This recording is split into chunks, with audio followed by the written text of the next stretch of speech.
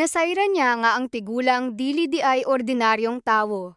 Usa kini ka retiradong negosyante nga adunay scholarship foundation para sa mga kabatan-o ng kugihan ug matinabangon.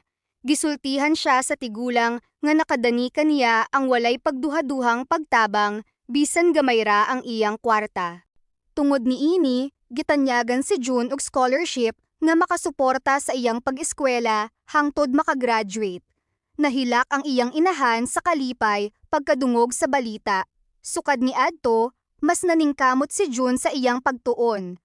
Paglabay sa pipila ka tuig, nakatapos siya sa kolehiyo ug nakakita og maayong trabaho. Usahay, kung mahinumduman niya ang nahitabo, makatawa na lang siya. Ang 50 piso nga iyang gihatag sa usa ka estranghero, mibalik kaniya isip oportunidad nga nakapausab sa iyang kinabuhi. Didto niya nasabtan nga ang pagkamabinuligon dili gyud usik. Basin dili dayon nato makita ang resulta. Apan sa hustong panahon, ang maayong binuhatan adunay maayong balos.